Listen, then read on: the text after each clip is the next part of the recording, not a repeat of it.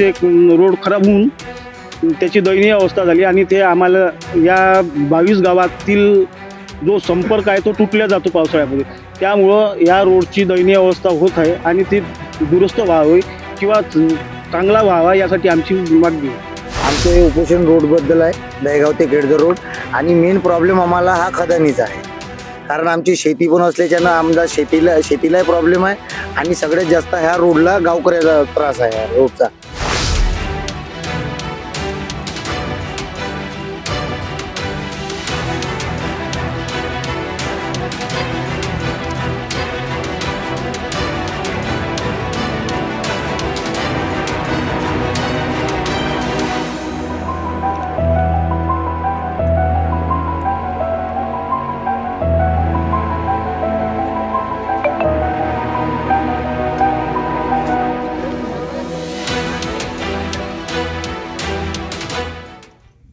आमचं उपोषणकर्त्याचं असं म्हणणं आहे की केळझर ते दहेगाव या रोडची हाल अतिशय दयनीय अवस्था झाली आहे आणि ती ही जे या रोडची अवस्था जी आहे ह्या खदानीच्या चालणाऱ्या टिप्परमुळे झाली आहे।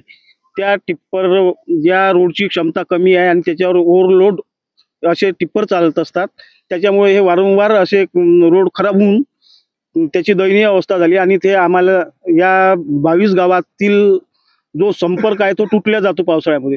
त्यामुळं या रोडची दयनीय अवस्था होत आहे आणि ती दुरुस्त व्हावी किंवा चांगला व्हावा यासाठी आमची मागणी आहे। आंदोलन केलं या अगोदर आंदोलन केलं होतं, वारंवार शासनाला प्रशासनाला आम्ही निवेदन दिले आहे, तरी पण त्यांनी फक्त करून देतो एवढंच शब्द देऊन आजपर्यंत अजून काही काम झालं नाही। त्यामुळं आम्ही काल दिनांक 8/9/2025 पासून हे आंदोलन चालू केले आहे। हो, काही लोक काही आमदारांनी आणि खासदारीने सांगितलं की आम्ही या 3-4 महिन्यात रोड करून देऊ, असं आश्वासन आमच्या या आमदार विभागाचे जे आमदार आहे समीर भाऊ कुनावर यांनी दिलं आहे।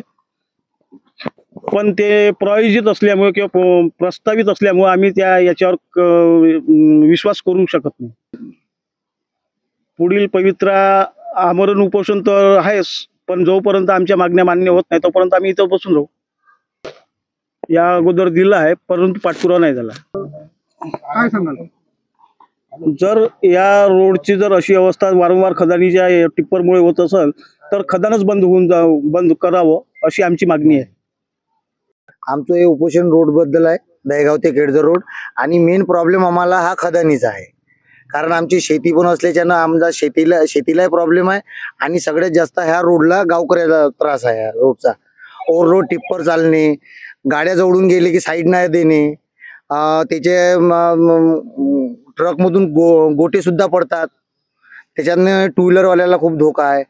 आणि आणखी आता यायला आम्ही सरकारला मागणी करू राहिलो का रोड द्या तर जवळपास 5 ते 7 वर्ष झाले ना, आता रोड देऊ राहिले ना निधी आहे म्हणत आहे। त्याच्यात 5 खदानी तर ऑलरेडी आधीच आहे, आणखी 6 खदानी द्याचा समजा शासनाने सांगितलं आहे म्हणते काय, आणखी ते 6 खदानी व्हावे। तर आमचं गावकऱ्याचं सगळ्याचं म्हणणं हे आहे की बाई आम्हाला खदानच नको व्हावी, खदान बंद करण्यात यावी, हेच आमची गावकऱ्याची इच्छा आहे।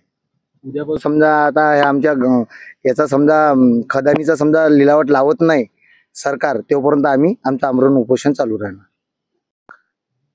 हे अतिशय खेदजनक असं दृश्य आहे की या ठिकाणी मी गेल्या 10-12 वर्षापासून या रस्त्यावरनं येणं जाणं करतो, तर लक्षात आलं की समृद्धी बनताना तर या रस्त्याची अवस्था इतकी बिकट झाली होती आणि आताही आज 2 दिवस झाले पाऊस नसल्यामुळे आज आपल्याला किमान त्याच्यावर पाणी नाही दिसत आणि गिट्टी उघडी दिसते।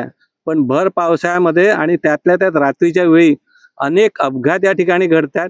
इथे गरीब माणसं जे डेली वेजेसवर काम करतात, जे शेतमजूर आहे, जे शेतकरी आहे, इथे काही प्रमाणात गाईचं दुधाचा धंदा होतो, त्या दूधवाल्यांना याचा त्रास होतो।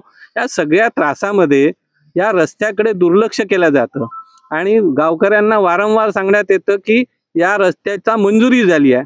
मग एखाद्या रस्त्याच्या मंजुरीला निधी नसताना मंजुरी कशी मिळू शकते? याचाच अर्थ याच्यातला निधी कुठेतरी दुसरीकडे वळता केला किंवा त्याचं अपहरण झालं असं आमचं म्हणणं आहे।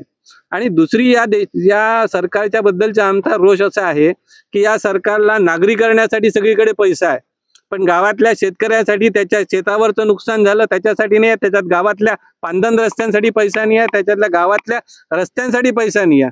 आमचं ऑब्जेक्शन नागरी लोकांना सेवा सुविधा देण्याबद्दल नाही आहे, पण प्राधान्याने सगळ्यांना समान सुविधा देण्यात याव्या. किमान जर का त्यांना रस्ते देतात तर यांनाही रस्ते द्यावे. मग यांचे रस्ते झाल्यावर तुम्ही गट्टू लावा ना, नाही तर अजून काहीतरी बनवा. पण ज्या बेसिक गोष्टी आहे, आणि हा जिल्हा परिषदेचा मार्ग आहे, राज्य महामार्ग आहे, 2 मोठ्या गावांना जोडणारा मार्ग आहे, त्याच्यावर 22 वेगवेगळे गावं जोडल्या जातात. इथल्या नागरिकांना त्यांच्या दैनंदिन गरजा पूर्ण करण्यासाठी हा एकमेव रस्ता आहे. आणि या रस्त्याची दुरावस्था आपण सुद्धा पाहिलेली आहे. तर या रस्त्याच्या दुरावस्थेला पूर्ण उत्तर, लेखी उत्तर आणि त्याच्या निधीचं अलॉटमेंटचं पत्र आल्याशिवाय हा बेमुदत उपोषणाचं आंदोलन संपणार नाही. आणि वेळ पडली तर आठवडाभरानंतर आम्ही चक्काजाम आंदोलन करू. या गाव म्हणजे दहेगाव ते केळझर हा रोडची मागणी आपण अनेक वर्षापासून, मला वाटते 6 ते 7 वर्षापासून करतो आहे. याआधी मी इथे 29 जून 2023ला इथे आंदोलन केलं. त्यावेळेला आपले हिवरे साहेब आले होते, सार्वजनिक बांधकाम विभागाचे तहसीलदार सोनवणे साहेब आले होते. त्यांनी सांगितलं होतं की हा रोड ऑलरेडी सँक्शन झालेला आहे. मग तेव्हापासून आम्ही सतत पाठपुरावा करतो आहे, पण अजूनपर्यंत हा रोड का होत नाही हा आमचा प्रश्न आहे. दुसरा, आता गावकऱ्यांनी सांगितलं की इथे खदानी आहेत आणि या खदानीच्या जे टिप्पर जातं, या रोडची कॅपॅसिटी कमीत कमी 20 ते 25 टनाची आहे आणि इथे जाणारे जे टिप्पर आहेत ते 40 ते 50 टनाचे असतात. त्यामुळे त्यातनं दगड पडणारे आहेत किंवा रोडमधून जो धूळ उडतो त्याला पिकाला नुकसान होतं आणि गावकऱ्यांना सुद्धा नुकसान होतं. त्यामुळे आमची ही मागणी आहे की हे ज्या खदानी आहे याच बंद करण्यात यावे. आणि सगळ्यात महत्त्वाचं म्हणजे हे जे आमचं गाव आहे हे 2 विधानसभेमध्ये विभागलेलं आहे. त्यामुळे तिकडचे आमदार इकडे ढकलतात आणि इकडचे आमदार तिकडे ढकलतात. त्यामुळे आम्ही गावकऱ्यांनी कोणाला न्याय मागावे हा आमचा सगळ्यात मोठा प्रश्न आहे. कारण अनेकदा पाठपुरावे झाले, आंदोलन झाले, पण अजूनही आम्हाला पाहिजे तसं उत्तर मिळालेलं नाही. त्यामुळे आता आम्हाला अमर भाऊंनी सुद्धा उत्तर द्यावं आणि या दोन्ही आमदारांनी उत्तर द्यावं की आम्ही गावकरी कोणाकडे जावं.